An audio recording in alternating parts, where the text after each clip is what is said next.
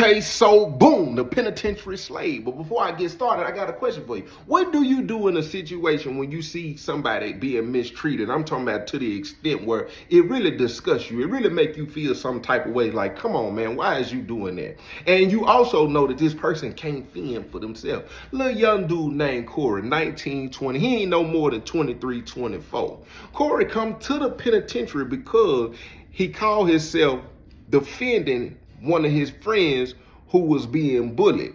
He called himself going and holler at the bully because this situation had been reoccurring or whatever it was, right? He go holler at the bully, him and the bully get to fighting. The bully thinking birds of a feather flock together, so he thinking he finna just go ahead and bully. They end up getting to fighting. He whooped Cory. After he whooped Cory, Cory go get a strap, come back, text him. That's what really got him hit. Text him, ask him where he was at, said he wanted another fight. Dude said he was going to pull up. This is what people don't understand. In this generation here, when you dealing with certain type of young dudes, listen to me. They pride, ego, all of is out the window. These people, they don't, but this wasn't even that type of young dude. He really just ended up taking the dude's life. Now, considering all the circumstances of what went on, he went on and pled out to voluntary. He went on and pled out to voluntary manslaughter because it was other text messages that the dude sent that proved that they had just got to fight and he was gonna treat him like his homeboy. He had his homeboy come and testify. It was a whole history behind all this. And then the dude that lost his life had already had a criminal record, you know what I'm saying? Of course, you know how all of that go. He ended up with the same amount of time I had, 11-year sentence for voluntary manslaughter. But when you get to the penitentiary, this is what you have to understand. People, two-parent household, decent life, wasn't that type of guy. You put yourself in these type of situations and then you finna come to the penitentiary and it's finna do two things to you. It's either finna turn you to a monster, or it's finna turn you into a complete boy. And I ain't even talking about being on the perverted rainbow side. I'm talking about it's gonna crush your masculinity, your head. Listen to me, I seen plenty of dudes in the penitentiary where they just couldn't make eye contact.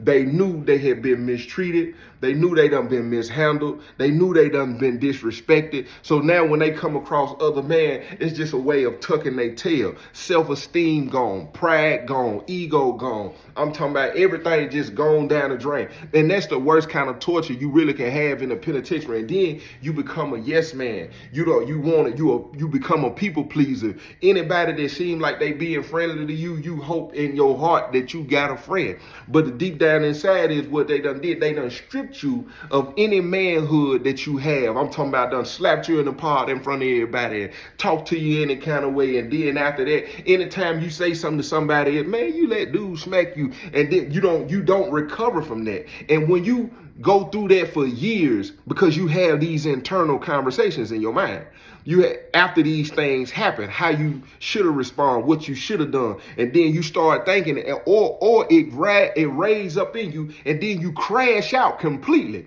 But that don't change. That's just like a lot of people who are plus size, heavy set, go get surgery, and they start looking better physically on the outside.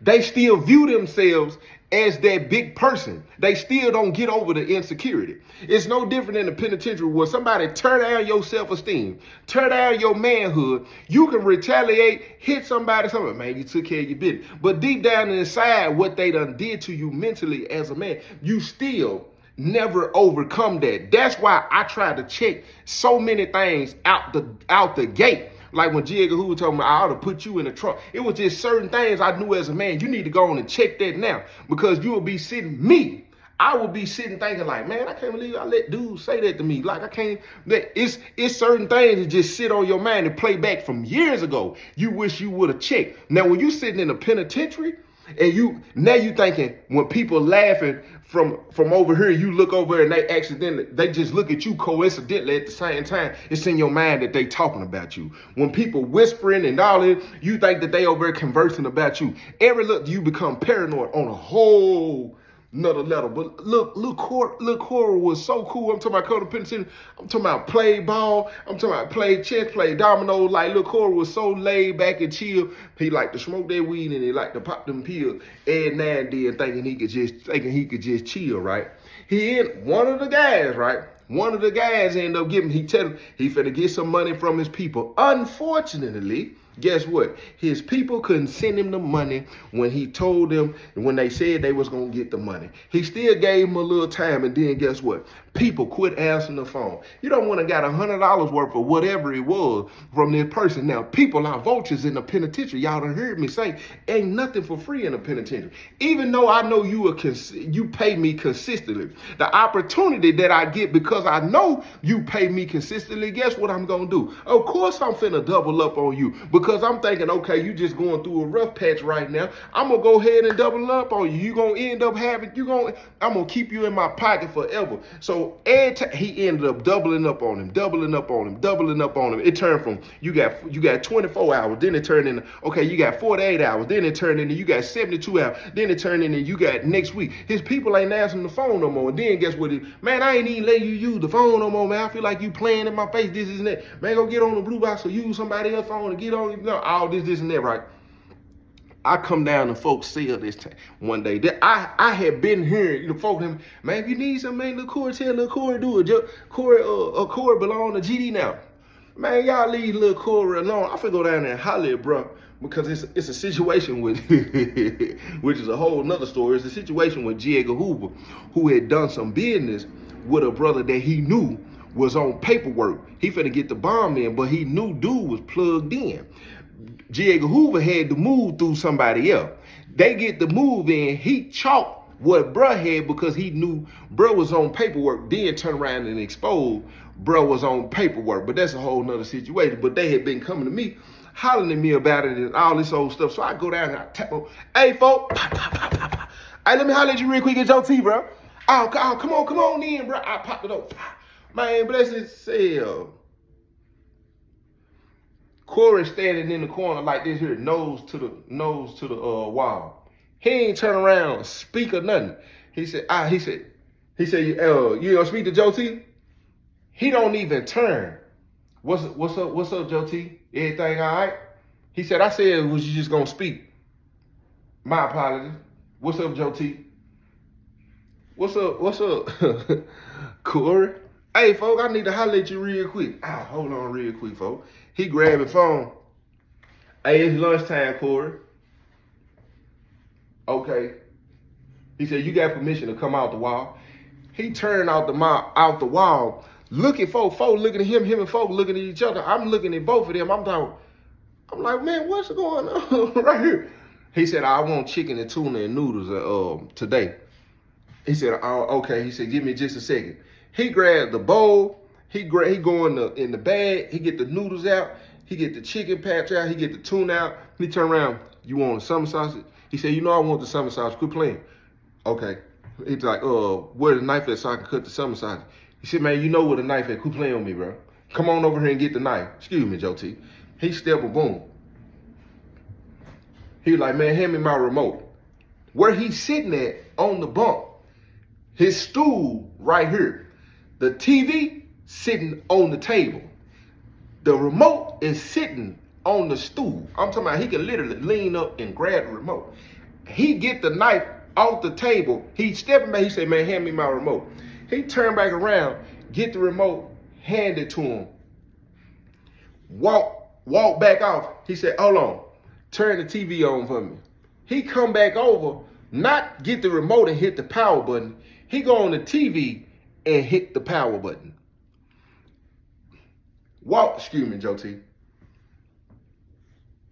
I'm just looking like, he get the stuff, boom, bust the noodles down. He throwing the noodles on the ground.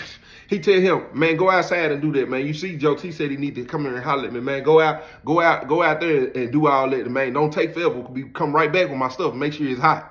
He was like, and warm the tortilla shells up. Give me some Kool-Aid, put me some ice in there. He said, you already know what's going on. He was like, hurry up, I'm hungry. He was like, oh, yes, sir. Now, wait a minute now. Now, hold on, folks. He walked out of the cell door. He was like, man, that's crazy. I'm talking about, bro. They gonna learn about playing in the penitentiary, bro. They should ain't never got in trouble, bro. They know. He already kind of explaining himself to me, right? I said, I'm gonna get to that in a minute. I said, I said, man, I done had one or two brothers come holler at me about the situation, man, with Jiggle. He said, man, bro, I don't got nothing to do with that. I don't want no parts of that. This and that. I said, man, you know they talking about He said, man, I don't want no parts of what's going on with folks, because the brother who he done crossed out, if he on paperwork, of course they gonna deal with that, but they trying to figure out, you know what I'm saying, if J. Edgar Hoover knew that, why didn't he expose that? Because that's a minor, all minor and major incidents is supposed to be reported.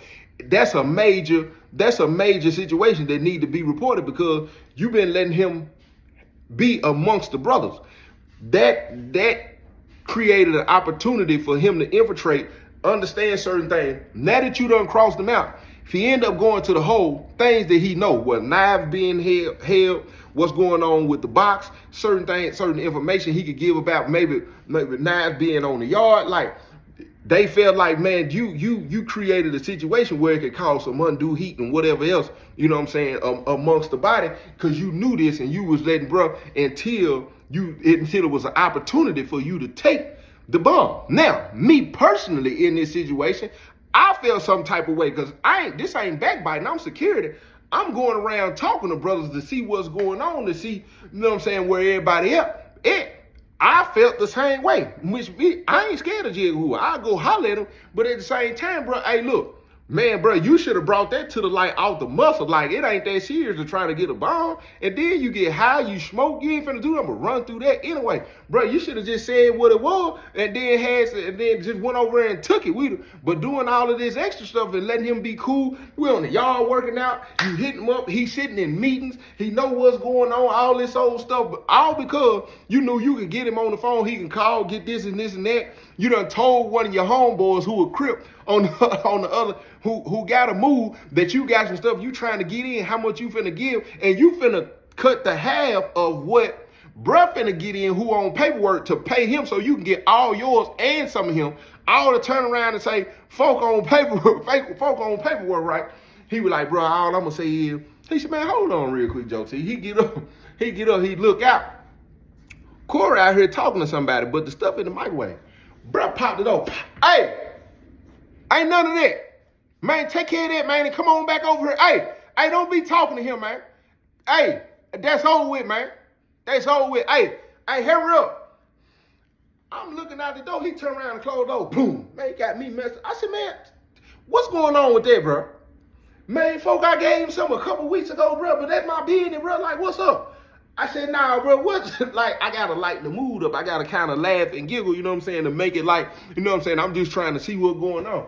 Man, folks, you already know what's going on. I already done told brother them anything that they won't go holler at Cory, you know what I'm saying, he my slave. What you just said, folks? Man, folks, he my slave, bro. That's over with, bro. Like, he my slave, bro. Until he pay me, bro, he gonna do everything I ask him to do. He gonna report down here when the doors pop, when them doors swing, he know to come and report to my cell. On the way he can sit on the rock and chill, he gonna stand over here by my cell, or he gonna stand somewhere close to me, or he gonna sit in my cell the whole day until he pay me my money. Like, these dudes come in the penitentiary and not understand what's going on in the penitentiary. Then he gonna get in debt. I said, well, what happened? He said, man, these people quit sending them the money, quit having the phone. I quit letting me use the phone and everything, man. He probably already knew what's up. Them people already probably told him, man, don't keep calling home asking for money every other day. And he done ran it well dry. Now them folks ain't answering the phone. I got to get mad some kind of way. I said, well, bro, ain't no bro, nothing, bro. Like, he my slave, bro, until he pay me my money back, man. Watch out. He looking out the window. I said, folks, you for real? Man, folks, I'm dead serious, bro. Like, what time you eat lunch? I said, bro, I don't want that man eating lunch. I said, man, he ain't even that type of dude. Joe T, I don't care nothing about he that type of dude or not. Watch this. He stepped out. Hey, Cory, come here. He walk over, come in the cell. Bless his cell. It's his body language. I'm talking about complete fear. I'm talking about dominated. I'm talking about just gone. I'm talking about he literally just a shell. Yes. What you gonna do?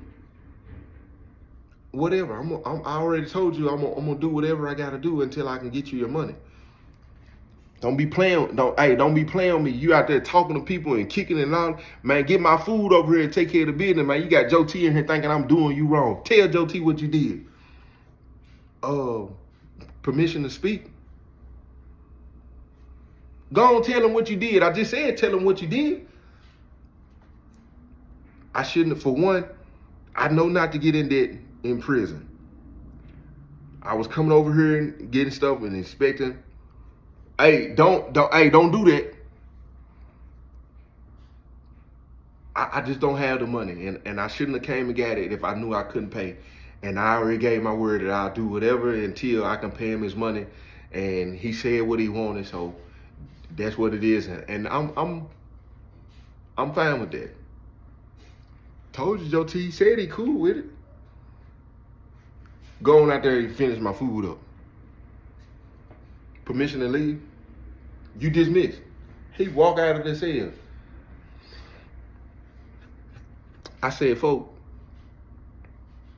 you know that's a human being, right? You know we in a penitentiary, Joe T. Come on, bro. You know I ain't even finna. You know he sit back down. He sit back down on the bunk. Act like he going, bro. You know I ain't even finna do this, bro. You already know what's happening here, bro. I literally got a personal slave in here, Joe T. Like, come on, bro. I'm talking about washing my clothes. I'm talking about if I tell him to make a run. I'm talking about warm my food up. I'm talking about if I tell him to feed me, Joe T, he gonna feed me, like, for real. Like, I ain't even know no perverted rainbow games or nothing. But if I told him I want a foot massage in here, Joe T, I'm gonna get a foot massage. Like, come over here getting stuff for me. You know what I'm saying? I gotta pay for this stuff on the street. I gotta get it took care of on the street. I gotta get it wrapped in. I gotta get it drove up here. I gotta get it to the VG, or I gotta get it to an officer. Then I gotta take the risk of getting it in, and then I gotta break it down, and then I gotta hide it. Then I gotta do all this other stuff. I got to get the money. I got to check the numbers. I go through all of this process. Bro, ain't nobody finna play with me about my money, bro, until he paid me my money, bro. I said, how much he owed you? He said it started out as $100. I said, what? He said, yeah, started out at $100. Like, he owed me like $800-900 now. Bro, you know he ain't gonna be able to pay that. That's the point. What you mean? I mean, he doing more for me now than spending money. Like, I'm cool with that. Like, I ain't got to lift a finger in here, Joe T. He come back with the food. Pop, pop, pop, pop. Man, ain't no, open the door yourself, man. Open the door yourself. He said bless his cell. Excuse me, Joe T.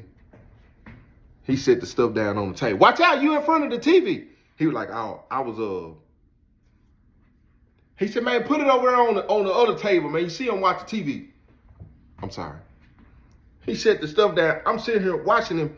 Bro, he getting the spread. He crunching the chips up. Boom. He making the wrap. He, Joe T, you want to wrap? I said, nah, I don't want brother to make me nothing.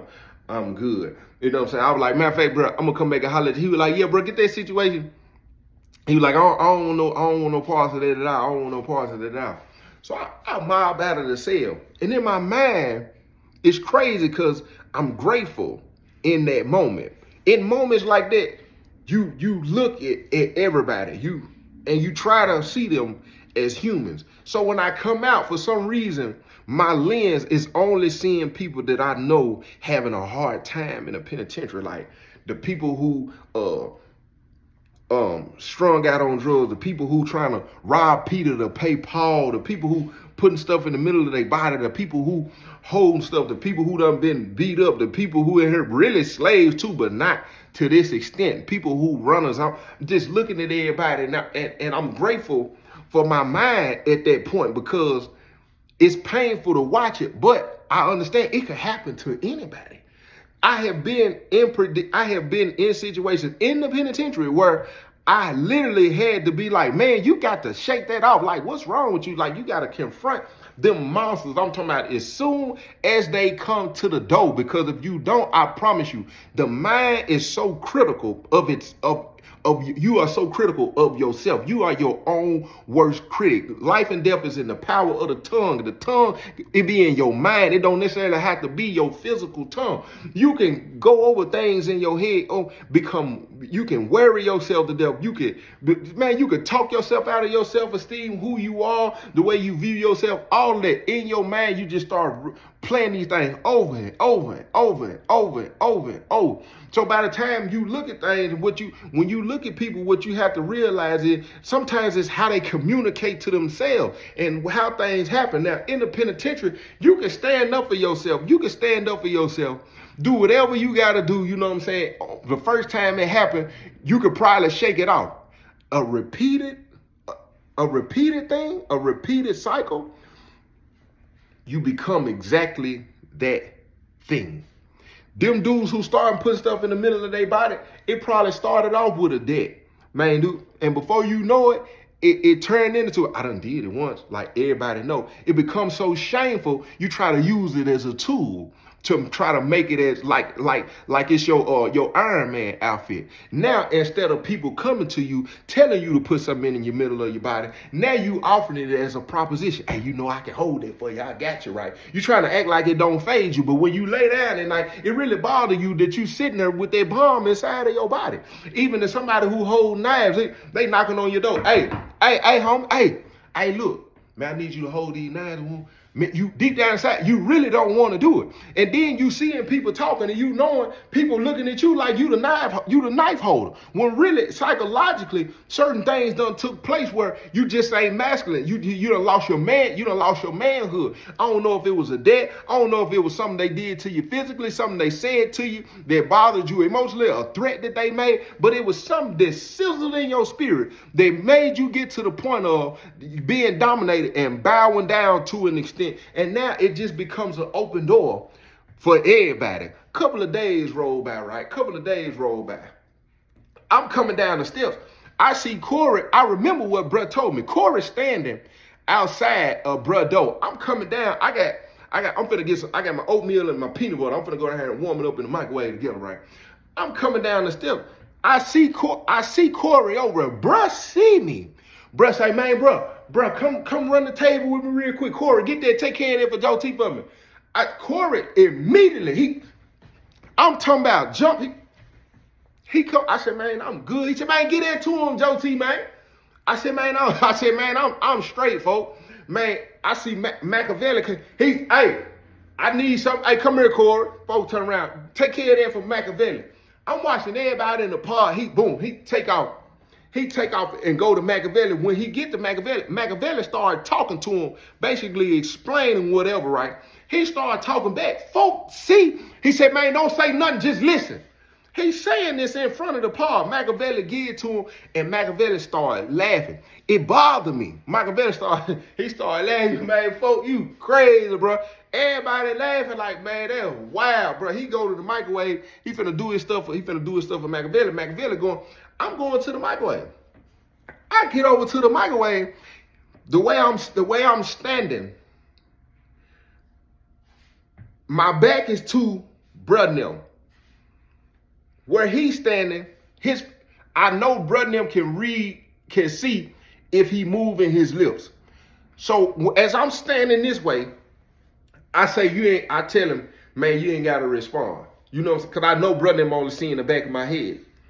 I said, man, hey, you better wake up in here. You better wake up. You better wake up fast. He just kind of looked at me. I said, don't even respond. I said, because I know they looking over. I said, look, then my folks, I said, well, what you got going on? I said, man, you got to come out of that, man. Ain't nobody going to be able to save you but you. And I said, man, you repeat anything I say, then you know I'm gonna say I didn't say it, and then you know how this going to go. I was like, well, look, man. He was like, the look in his eyes was so, it kind of traumatized you. But I'm in a place of where I have to be heartless to an extent. The microwave, he done put bruh stuff in there, the microwave go out. Then bruh turn around, man, come on, man, bring bruh stuff, man. He just treating him. Bruh get his stuff, he get his stuff out of the microwave, boom. I put my stuff over. As I'm looking over there, man, he got him stirring bruh stuff. Done went and got the tortilla shell. He making the tortilla right there in front of everybody. I'm talking about they made him go put the gloves on, all the boom, boom, boom. At this point, the folks coming out and throwing bowls, noodles on the table, they meals on the table. It's 4-5 meals on the table. I'm talking about 10 noodles. Everybody want two two soups in their stuff, put the chili powder, the summer sauce. They want him to cut all this stuff up, cut the cheese ball, crunch down the chips, I'm looking, man, I'm walking upstairs to go, and I'm mixing up my oatmeal with the peanut butter. Man, I go upstairs and I'm sitting, old head Nick come out of the cell, old head Nick. And he looking down there, he watching, he chopping, they bringing him onions and everything, bell peppers. I'm talking about, he down there literally cooking meals one by one, going to these type of things really made me, it bothered me when it came to GD. Because when it come to GD, certain things, you got to understand, like, your morals and principles, your integrity and stuff, like, you supposed to be for the community. You realize that you're intentionally giving somebody something, and then and the minute you know you are intentionally taking advantage of the situation and hoping to benefit yourself more, and not giving no extension of grace. You doubling your money, tripling your money. Now, a lot of people are saying business is business, though. They know what comes with business. I was that person before. But at some point, you got to realize I done made $2,000-3,000 off this person. I done flipped it, this and that. It was just $100. I ain't saying chalk it up, but why strike it up to that extent of where you knowing this person can't pay? All because your greed deep down inside of you, what people don't understand, what a lot of things do when it comes to money and power, what's in you, it only shows more what's really deep down inside of you when you get it. That's why you see so many of these celebrities in these situations when they get all of this money, because them demons and devils they were fighting deep down inside that they never dealt with, they able to do it more because they feel like, yeah, they feel like they can do it. It's no different in the penitentiary than a person who come in, he really ain't found his way yet, but then he started getting a little money. The officers started liking him. He realizing all the inmates, he got influence over them because he got a little bag. And then all of a sudden, dramatic effect me, please, you start seeing him operate in ways he knew that he couldn't operate when he didn't have it. No different than a man, he'll deal with a woman that he know that's good for him, that he know he needs. But deep down inside, he waiting for him. He waiting to get his pockets right. He waiting to go get fresh and go get the jewelry and get the decent car so he can get the woman that he want. Then it ain't gonna do nothing but more deep down inside of what's really in him. And that's similar to kind of what's happening with bro. You started getting more and more people laughing at you. People laughing with you and not at you can influence them demons in you. Because it come off as they applaud you. It come off as validation and recognition and approval for what it is that you're doing. That's why when people listening to rap music, the reason they keep making the rap music is because people keep telling them that it's good, and it keep feeding and giving them the confidence to keep doing what it is that they doing. It's no different than if you somewhere and you do something you ain't got no business doing, and don't nobody hold you accountable. Don't nobody say nothing because silence is agreeing. Don't nobody say nothing. It'll encourage the behavior even more. So with all the folks laughing, I don't know who else done said something to them. I done said something to you. But everybody who, yes man, and everybody who benefiting from your wrong, they ain't doing nothing but feeding them demons even more. So I'm sitting there, old head Nick come down. What's going on with you, Joe T? I said, man, I'm about lost my appetite, bro. He said, man, look, you know how I go in here. Walk and talk with me, man. Walk and talk with me. I said, here we go. So we walk. He said, you know how I go in here, man. You can't save everybody. He was like, man, the young brother, I'm aware of the situation. Owed him a little money. He said, but man, that little brother got to fend for himself. He got to fend for himself. He was like, I'm sure you done said something, and a few other people done said something. They seen what going on. His celly a decent cat too. I know his celly. Done told him he needed, you know what I'm saying? I was like, man, look, you know, I really can't even have that kind of conversation with him. I ain't saying you need to do something to your folk. That ain't what I'm saying. Even if your folk deserve it, Joe T, and you and me both know. You know what I'm saying? That ain't what I'm sitting here saying. But I'm saying, man, he got to stand up for himself. And then, you know, in this place, you know, people who can take advantage of you, they're gonna do it. You give them an inch, they're gonna take them out. And Joe T, you know how it going here. And until people stand up for themselves, it ain't nothing you can do. He was like, man, I seen the brother down there the other day, Joe T. I seen one of your folks pulled up on him. They down there talking, and he started laughing. He started laughing. He popped out. He up under the steps. He popped out and he said, "Hey man, no, ain't no laughing and giggling, cause ain't nothing funny. Ain't nothing funny until you pay me my money." Man, I seen that boy turn around and then his laughter cut off immediately. Let me tell you something about that enemy, Joe T. That enemy come to steal, kill, and destroy. I'm talking about coming to take your joy. I'm talking about immediately. When you see things like that, you know it's demonic. You know that somebody's got power over you. You know somebody's got power over your spirit, got power over your mind, got power over your choices, got power over everything. Because you laughing, somebody tell you to quit laughing, and you got to quit laughing on cue. I'm talking about you can see the fear come over him.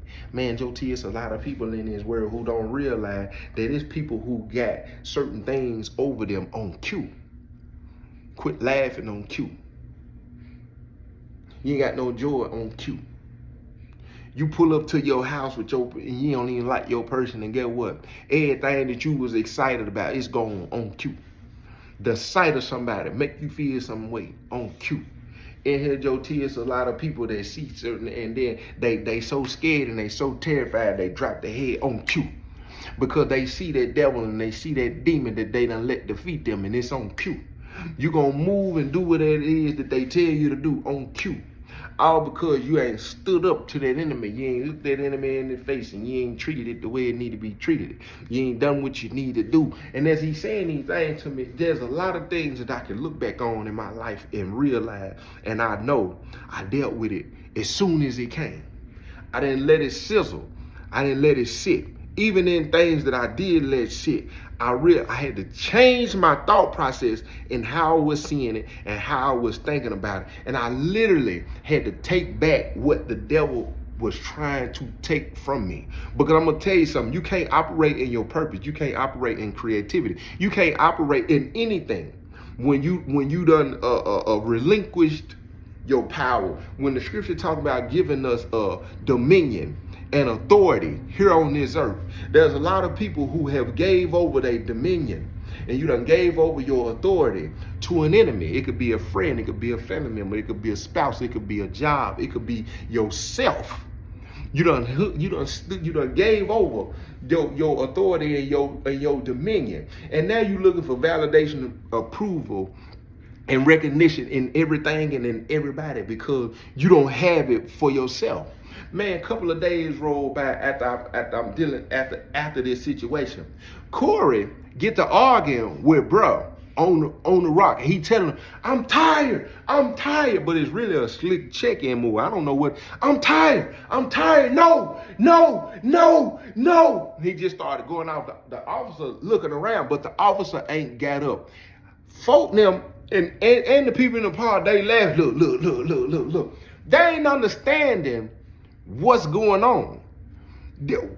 What this person, you don't know where a person's mind go when you push them to that extent. No, I'm not doing it no more. I'm not warming up, fool. I'm not doing nothing. At this point, the officer done raised up and stood up and just looking over. The officer been knowing what's going on too. But you got to think, in that moment, that person don't feel protected by nobody. You ain't called the code yet. You ain't walked out. Ain't nobody came over here and really tried to save the day. He most definitely looking at this point, he probably don't even care if he lose his life, if he lose a fight. He don't care. At this point, it's no, bro, smack him. Boom. Let me tell you something about scary strength. My daddy told me one time, because me and my brother was going to jump on the man that my mama was dealing with, you know what I'm saying, that really wasn't a part of our life. And he told her, a scared man will kill you. That's what he told us.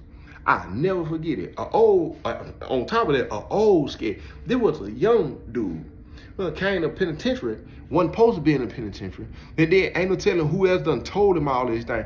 His celly come out on the rock. His celly standing over, he's standing with his cane like this here. He ain't going over to defend his celly when he's smacking. Man, listen to me. He just started swinging. As he's swinging, he connecting with bro. Bro, man, bro think it's a game. Bro, as he swing, boom, boom. Bro, grab him. At this point, the police, hey, man, y'all take that in the cell somewhere. Take it. Hey, folk going to cell with that. Folk going to cell. He done grabbed him and he got him it sounds loud because it's where you gotta open the thing to go in the water. So it goes, dum, dum, dum. Man, get off me, man. Man, get off me, man. I ain't doing nothing for you no more. He tried to grab him and take him in the cell. He pulled something out. Fire! Hit, bro. As soon as he hit, bro, you hear, ah. He get on the cold end. Folk them run over there. I'm looking. I'm not doing. They run over and grab, bro. Run to the police, bro. Who doing it?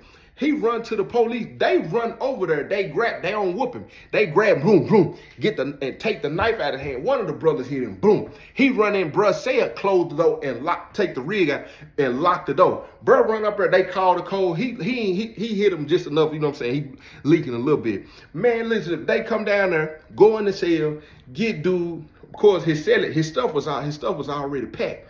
They take him down to the hole. Bruh go. Get stitched up, bruh go get whatever he got. He come back, you know what I'm saying? All the brothers down there. I go down there. Hey, folk, let me holler at you. Man, come on in, J.T. Man, bless his say. I said, man, y'all let me holler at folk real quick. They step out of the cell. Man, J.T. is over. He can't go nowhere. He can't go to no compound. I said, bro, you don't want to eat that?